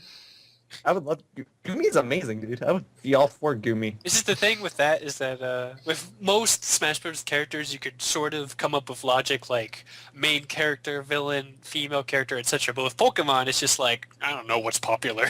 So I have no idea what they're going to pick for Pokemon. It's like, when I think about it, Mewtwo and Lucario would make sense, but I don't know if they would do that. I assume they would want to put something new for Pokemon, but then it's like, what do they do? What's a good choice? Like, I don't know. Right. And it's like, you got over 700 characters to choose from, so it's not like you don't have a choice. Just pick one. Dude, what's his name? Chombile or something? The Steel Dark Pokemon? The one with the, like, he has a Mawile? ponytail. Oh, no, not Mawile, yeah, that's the one. It's The not one with, Mawile, it's Bisharp or Ponyard. yeah, Mawile is the one I was talking about. It's the one that has like a ponytail, but with Dark type. whatever. I don't remember shit. Isn't it like fairy now? Yeah, Fairy Steel. Yeah, It's like a little girl-looking thing with a giant metal head growing out of her. Or yeah, mouth and it has like teeth and shit. Yeah, that seems like a pretty popular Pokemon. At least, I for- guess. for It is my possible. Maybe Also, like, I fucking love Bisharp, so if he was a playable Smash Bros. Character, that'd be really cool. I guess it is possible that maybe any Pokemon that was chosen for a Mega Evolution could be playable, but I don't know. Don't know if they want to. Well, maybe they might milk it. I just kind of want to mention, on the site, it does say compatible hardware, Nintendo 3DS and Wii U. I don't know why that seems so silly to me. Compatible hardware, Nintendo 3DS and Nintendo Wii U. I guess I couldn't tell by the title of Super Smash Bros. For Nintendo 3DS and Super Smash Bros. For Nintendo Wii U. Thank you, Nintendo. They spell things out. Yeah. I actually got cut out for like a majority of that conversation. Oh, well, I basically said that they have a compatibility hardware. I don't think you need to repeat that. Watch the podcast, you'll hear what I said. Then you can respond to me. You dropped again. God damn it. Yoshiller, everybody, your star, your hero, your savior. He's dropping calls like he's dropping videos on his channel. Well, Are you back, Yoshiller? I hope so. Do you exist on the same plane of reality? Good. Can you hear me? Yes, I can. But can you hear me? Now that is the question. I can hear you right now. Oh, God bless. Okay. You know, I think Lucario's been the most... never mind, hold on. My most excited announcement was, Mega Man. I don't want to see... the announcement was a Donkey Kong. Well, I knew he was going to be in there, so... Actually, I think I was pretty hyped up for the Bowser not looking like shit. I'm excited for Peach. I have gotten a huge fascination for Peach since Melee, actually. I recently started playing Melee again, and Oh man, watching Armada during Apex all those times and just like being able to play as Peach and just having so much fun as her is just so great. I just want to point out that her air forward A is smacking somebody with her crown. She literally takes her crown and she slashes a bitch with it. What a badass. There is a possibility that we might just want to end this. Yeah, we should probably do that, but like, we might need to have Mr. Yoshiller come back and give us goodbye. Okay, There he is. I think I got it. Well, Dorka was just suggesting we end it. Well, do you want to talk some more, or should we cut this off? I would love to talk more, but I don't think my internet's gonna let me. Yoshiller would love to talk.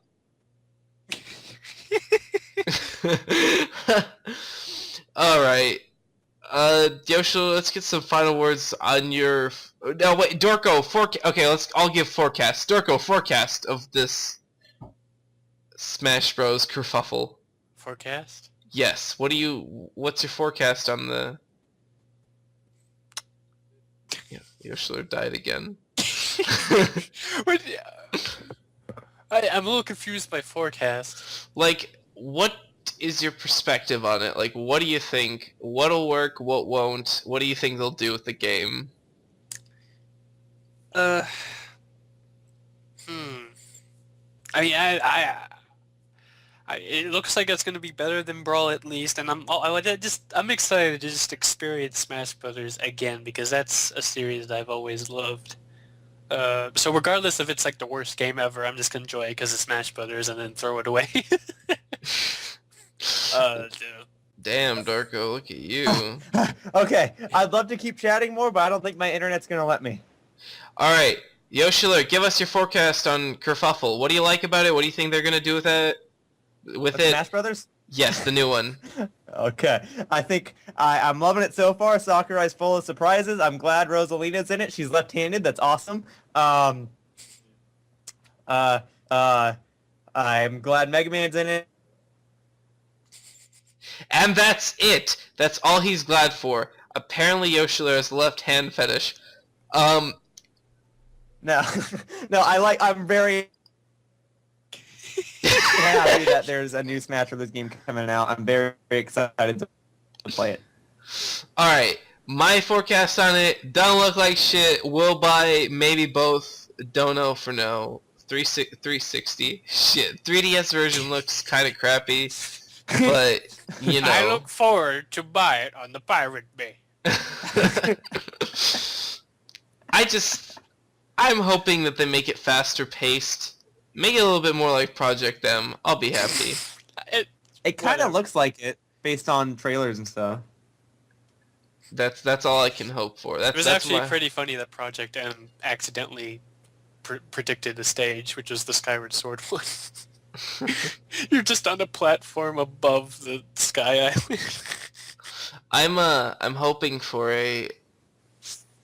What was it? I think we were talking about in chat, like 46 characters or 56 something. I have no idea what the end number is gonna be, but who knows? Because I think they're following like a trend of 10. We'll have at least 40. Well, Yeah. here, I don't know how many Brawl had. We know 22 characters so far. We know 22 characters with Lucario being announced. Yeah. There's gonna be at least 40. I just don't know how many past that. How many do they have in Brawl? Like 30. If you count Ivysaur, Charizard, and Sheik as separate characters, and Zero Suit Samus, 39. Yeah. Otherwise, it's 35. I mean, All you right, might then as they well then count they up have the to set. have at least 42. That's my standard A little low, for but all right. at least. I said at most I wish they have 50. Like that's what I'm hoping for. 50 is my at It also least depends 42. on how many characters they're going to keep from Brawl. I assume they're going to keep most, if not all, but Well, I here's don't know the who they thing. would take out. Here's the thing with Smash Brothers. Sakurai's pretty much hit all the hotshot characters. He's pretty much represented all of Nintendo's hotshot franchises. Yeah, Not you Halucha. take a character. Well, yes, you can take a character from Xenoblade. Yes, there's Star Tropics and stuff, but he's got all the hotshot ones and secondary characters from those. Okay, I feel like there could be other characters, but I can only think of like 2 or 3. He's gotten most of them. Okay, I'm not sure how many people would have mentioned Star Tropics, but I'm sure Space Yoshi X likes you for it. Oh yeah, the game was fun. 6 really liked Star Tropics. It's alright. It's alright. I enjoyed it. Music's good. Music, that's how I found out about it, was through someone using a song in a video. That was pretty catchy. Let's see here. So, oh. No, I forgot what I was going to say, but it was some kind of response to Yoshiller's statement about something. He like, here's the thing. He has a lot of people's favorite video game characters, if not all of them. Okay, he's working with a lot of characters. Yeah. Is there you want there to be 50 characters, but is there 18 more characters that you can think of? Well, No. he already shot down Majora's Mask, Skull Kid, and Ashley. And probably soon to be Reggie. Well, I don't know. The petition was passed, I think. Stupid petitions. You know, if they make the me character or whatever, then that can be Reggie. Whatever. That's what my friend was telling me about this. Someone said, "Why can't you make the me a playable character and just have the default me be Reggie?" Oh, I don't Yeah. know about default, but yeah. Yeah. Oh, I remember what I was gonna say, and then I forgot it. Third-party characters. I don't know if they're gonna keep Snake. That's my only concern. I'm hoping that they do. They might replace him with Big Boss because Here. 3DS. My friend and I were talking about this actually just before you guys called me. I was talking with my friend just before this. We were talking about like how Lucario got added, and I'm like, yeah, he didn't get replaced. And then my friend was addressing points, saying, you know, Sakurai's intentions are to get everyone from Brawl into this game. He says no one has been cut just yet, and that includes Snake. But the argument is that, well, Konami is not necessarily like best buddies with Nintendo anymore, and so he was, Metal Gear Solid for 3DS. that's about it though. But like Konami's busy, you know, making games for other consoles and stuff. So I wouldn't say it's out of the question. I'm just saying, like, if there's a character that I don't think will make it back, it's Snake, but I can also see him returning. That's what I'm trying to say. I think the big thing that I'm thinking of is, aside from the whole Sakurai and Kojima are best buddies, Snake Are they- has a really unique moveset. He does, and it was awesome that he's in Brawl because nobody expected him. It was just Yeah. awesome. Referring back to your previous surprise, yeah, apparently Kojima and Sakurai knew each other like before. Yeah, like the whole reason, like he Snake was considered for Melee, I think, and Yeah, he was. Kojima asking like, "Could Snake be in Smash Brothers? That'd be cool." No, and Sakurai had to say no because the game was like nearing the end of its development. I think it was just time constraint. It's not that they didn't have him planned out. They actually had all of his movesets planned out, and I think they had his texture, but they just didn't have time to program it. There was a quote I found kind of cool about Wario in Melee, where he was considering putting Wario in, but he didn't want to make him a clone because he thought Wario deserved better. That's actually pretty. I had never heard that before, but I can believe that. Yeah, I was just reading up on some translated, or some, like a Japanese Smash site where Sakurai answered questions or something, and that was in there. I don't know, something And then like that. he always considered for Bowser and King Dedede to be in the game from the start, right? Wasn't that I think so. From 64. Yeah, and then he didn't want to put in. Well, I think they might have been time constraints, but he didn't put King Dedede in Melee because I think he didn't want to like over-represent his own franchise or something like that. I That's, remember I remember there'd be like a magazine or something like when they announced all 3 Kirby characters for Brawl, and someone was like, Brawl has too many Kirby characters. I'm like, oh, come on. Not the 3 Kirby characters that anyone knows. Yeah, stop giving him such a hard time. He's already like trying to make sure he doesn't get any of his bad side with that. Right. Also, it has been pretty funny lately that there was the supposed there's like the leak that people don't know if it's real or fake of Palutena. Palutena? Okay. I can argue both ways of that because I am a game design student and I was arguing why that might be real. But then I also like to support well, maybe that person's just really good at Photoshop. And Yeah. Yeah. Yeah, exactly. The poses and models or whatever haven't been seen before, which on one hand can mean, yes, she is confirmed because it's a brand new model they made for the game. It could also mean, well, because they're poses and models we haven't seen before, it could just as easily be photoshopped. So, Or background animation. But it was also funny because then I think like a few days later, Sakurai put on a screenshot of the Palutena statue. yeah, he did. First, he did the Kid Icarus stage with Vreedy. Yeah, right. Then, like, 2 days later, he had the Palutena statue. And then, like, my friends and I were talking, and we're like, Sakurai's just trolling. And then we were saying, what if it was Sakurai that put the pictures on the internet? And we were just like, that is the greatest marketing technique ever. When Palutena joins the battle, Alfonso takes Alfonso. over. I'll Yeah, handle it.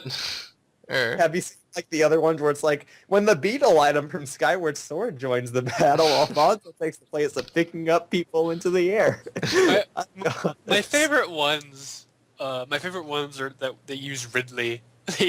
And Ridley joins the battle, Alfonso takes his place. Yeah, and it just has a photo, like a badly cut, like MS Paint cutout of Alfonso, and he's got like MS Paint wings drawn on him.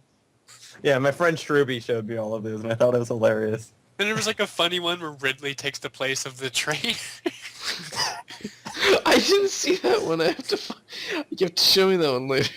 Also, I can't remember if I saved it, but something as far as Ridley goes, when they did that update, or the screenshot that was like, here's all the big characters, like Bowser, DK, whatever. Mhm. And then like someone just shopped in Ridley, and he's like begging everyone else, look at all these big characters. I love those edits. Oh man, the future of Smash Bros. I'm hoping for a stage creation thing that isn't shit like Brawl. You know what? My theory is that the 3DS version will have that, and you transfer your stages over to the Wii U version. That's my theory. That Because he sure said would be shit, but that'd be alright at the same time. He said he wanted the 3DS version to offer customization or something, and that's something I can see, but I don't know. They did Maybe do that- something similar to that with WarioWare Do-It-Yourself. Yeah. I could see that happening. I'm not sure if they'll do it, but I could see it.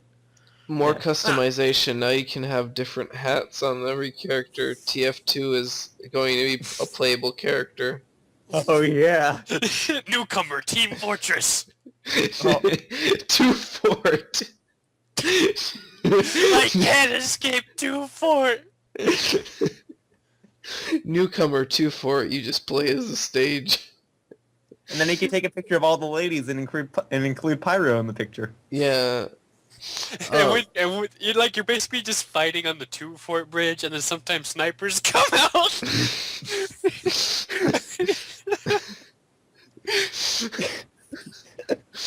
Oh man.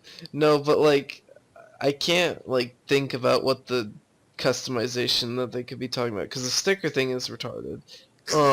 I think Well, that stickers probably won't even be in the game because there's no adventure mode. yeah. Well, there's no story mode. There might be an adventure mode like Melee, but there's no story mode, and that was the main reason of stickers. Yeah. I'm kind of curious. The Untamed Legend recently was talking about or linked something like these are the new upgrade. Oh no, it was just a discussion topic of what could replace stickers. Like maybe something like customization would be like my Mario will be different from your Mario because I have different buffs on him or effects. Man, I don't know about that. I'm a little hesitant to accept something like that, but it could Yeah, be. I'm kind of like, so it'd be basically a more permanent system of the stickers. And it's just like, I don't know. I don't think they know. need a sticker replacement, honestly. I think trophies were just fine. Oh, Trophies- I like looking at the trophies. trophies. I do. Yeah. I got. That's how I learned what the heck NES was. I think the internet just filled that in for me. Well, I then played go to play Earthbound. I played Earthbound before Melee. I'm sure you're one of the few, at least as Yeah. far as N64 kids go. Yeah, when I got played Little it. Smash I played it after Smash 64, but I couldn't read when I played Smash 64 because I was a kid. Oh, right. And also English second language. So I only knew NES existed, and then I played Earthbound, and yeah, Earthbound was a thing, and I was like, oh, so that's where NES is from. And then later on when I played Melee, I read the trophy, and I was like, it all makes sense now. Yeah, so when Smash 64 came out, I knew all the characters except for Captain Falcon and Ness. A friend filled me in on Samus and on, I think that's just it, just Samus. Now I love F-Zero, and I didn't play Earthbound till last summer. I don't usually like RPGs besides Pokemon and the Mario RPGs, and I loved Earthbound. So I think that's awesome that Smash Brothers introduced me to this awesome game franchise. Do you really like Earthbound? I'm gonna be honest, Earthbound has kind of got really dated and shitty gameplay, but I love it, dude. I thought the game was play hilarious. Mother 3. Alright, well. Honestly, my take on it is that I actually kind of want to try those games again. My take on it is that they have like really great ideas and presentation. It's just they're kind of boring to play through a bit. Yeah. I think I just found Earthbound so funny that I just wanted to play it more. Yeah, gameplay-wise, it's a lot like other RPGs. It's the same idea of turn-by-turn battle system and stuff. But it is presented in modern-day times, which is pretty cool. And then it's just funny. Like you go. There's this dungeon you're in, and there's a sign that says "Good things come to those who travel great distances." So you go down this long hallway, and then there's another sign on it, and it says, "Though I've been known to be wrong sometimes." And you're just like, how can you not laugh at that? Like that. No. The game is fine. I'm just saying that the gameplay is a little bit whack, like boring. Like the Virgo says, it's very. Okay, that's kind of weird to say because gameplay is that's video games. Well, I mean, there are good puzzles. I don't know how to explain it. Like, it's a very tolerable gameplay style. It's just a bit boring. Like, the game I keeps you understand. hooked completely on its presentation and art style and story. You've not played Mother 3, I take it? I have not. People tell me I should, and I have not. Should.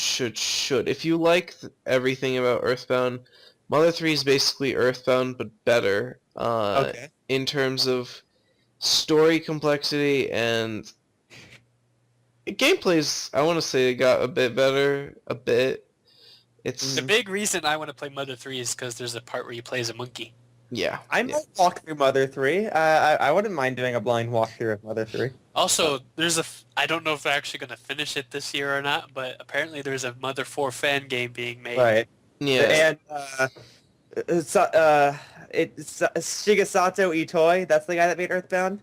I think he said he himself approved of it, so that's pretty cool. Well, that is cool. Yeah, I'm kind of a bit not disappointed. I know they were supposed to make a Mother 3D for the N64 That's game. a shame.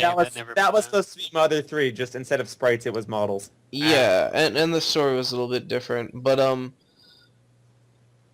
I'm just a bit disappointed. I'm curious as to how that would have worked out. Maybe I think Fire Emblem had a similar fate in a way, where they were going to make an N64 game, but it never turned out. I can answer that for you.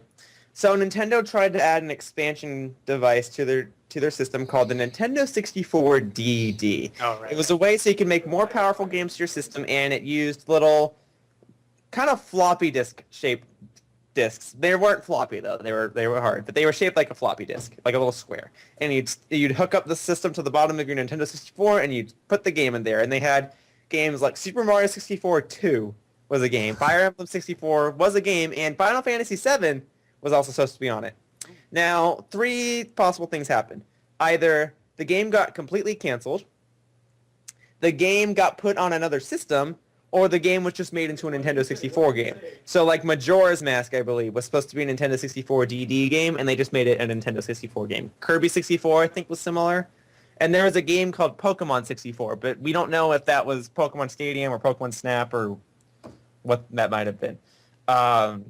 So Fire Emblem 64 got canceled. Final Fantasy 7 went to another console. There's only 9 games for it. I have 8 of them. I have the system back at home. The only one I'm missing is like a super expensive one that doesn't even work without one of the other games, and it's hardly a game. So I don't know if I even want to buy it. But What are the games?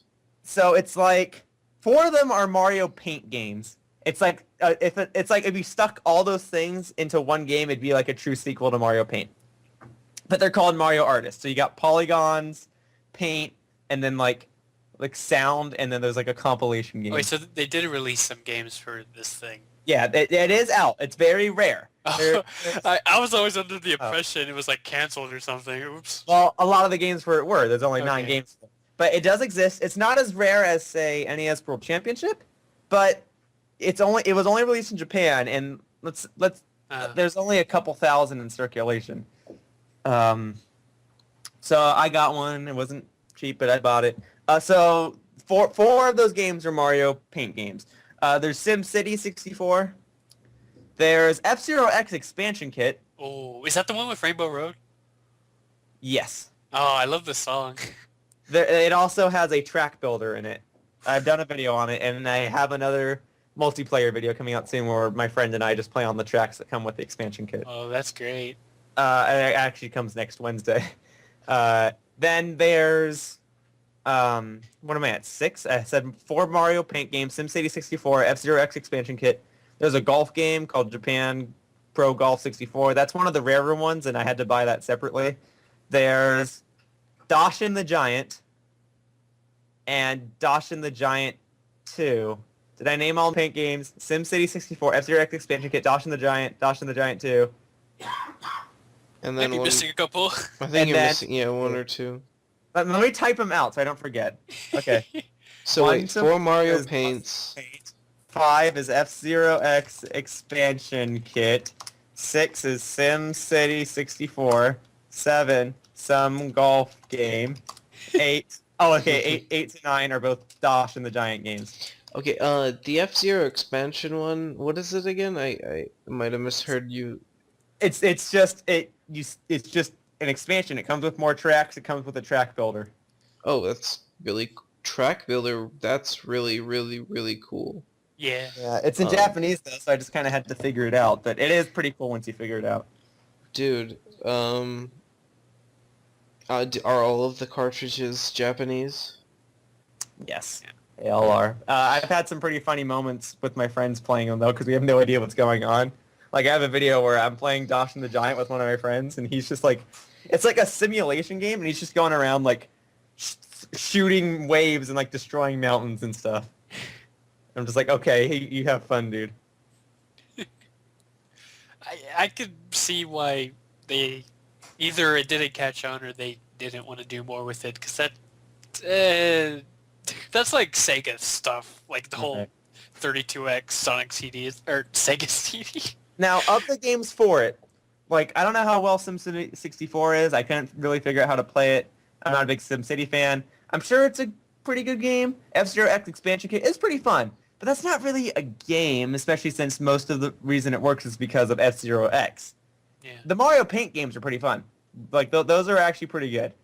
But I don't know. It's not. There's nothing really going for the system, so you can imagine why it's pretty rare. They're like only 9 games. Forget it. Well, yeah, that whole weird add-on system thing, I'm glad that dropped out. But I bought one because I am a sucker. In fact, when I got my YouTube partnership, my second paycheck just went straight toward the 64 DD. Well, it's definitely like exploring something hardly any people have. Well, my reasoning was, I feel like I should reward myself for getting a partnership, and I'm going to buy this useless thing. I'm gonna buy that just so I can say I have it. But I have had some fun moments with it. I wouldn't advise people buy it just to play a game on it, but like, I wouldn't say it's a complete waste of money if you do. I don't know. It's I don't know. I've been a little lacking when it comes to getting myself to do things, starting to feel more motivation lately. It's taken me a while to just edit these Chax breaks together. It was like today I uploaded the last one we did, which, okay, literally, I don't know if he was serious or joking, but it was like, that was like a conversation back in like the middle of December. And like one of the last things MG said was like, okay, here's what you should do for the next one. You should get Yoshiller. Yeah, dude, no problem. I'll chat with you guys whenever you want. I didn't think it would actually happen though. Well, I met you guys before I became big on YouTube, so it's only fair. Hey, that's Like, I'll agree with that. because no, talking to you guys is fine with me. No, this has been tons of fun. It's great. So, any other games you're looking forward to? Right now, my big thought is I need to play games I already have. Although as far as wanting games, I mean, I don't know if I can actually get one, but I want the Wii U, and then I'll happily play Mario 3D World, I'll happily play Pikmin 3, Wonderful 101, I don't know. I'll be lucky to get those. I want to play the new Smash Brothers. I would love to play the new Smash Brothers. Although admittedly, I'm not looking forward to the next Mario Kart. But I've just been disappointed with Mario Kart. I felt let down. Like, I love Double Dash, I love DS, but with Mario Kart Wii and Mario Kart 7, I just wasn't feeling it. I feel like they're not doing anything too amazing or new. And Mario Kart 8, it just looks like Mario Kart Wii and 7 put together, and that's not enough for me. Well, okay. I see where you're coming from. Mario Kart Wii, I haven't played, or prior to playing Mario Kart Wii, I hadn't played like any Mario Kart games besides DS. So I really liked Mario Kart Wii. I think the online is structured very well. It's just there's a lot of, jerks online that don't make it fun. They go, oh, I'm about to lose, I'll just disconnect. Oh, whoops, now you don't get anything, blah, blah, blah. And then there's hackers, which I do think make it more fun, but then certain hackers became cheaters, and they ruin it for everyone else, and then Nintendo banned everybody. They said, we don't want to chance anything, and then people just got unbanned because hackers are smart and blah, blah, blah. Okay, anyway, you get the idea. Mario Kart Wii, I think, is a fine game. Mario Kart 7, I am a little disappointed with, I'll be honest. But Mario Kart 8, I played at E3. I liked it. There's only 3 tracks I played. The other tracks shown in trailers and stuff look pretty cool. But I'm looking forward to it. I'm excited for it. I have a hard time saying exactly why I don't like Mario Kart Wii, although it's just something about it is not as fun as Double Dash. And I guess, okay, this might turn into a 3D World situation, which is possible where, well, I was actually surprisingly optimistic about that game compared to other people, but I was so optimistic because I played it at E3. I thought it was amazing, and everyone's like, this is just 3D land all over. And I'm like, dude, no, it's not. It's actually really fun. And then it came out, and everyone's like, this is amazing. I'm like, yeah, I told you. Why are you acting like I don't exist? that was the situation where it looked like a dull game. Because, I mean, people have been upset with New Super Mario Brothers, and it looks something similar. Right. Like something stale. So people were like, oh, man, like, why are they doing this? Where's the next big Mario? And I can understand that.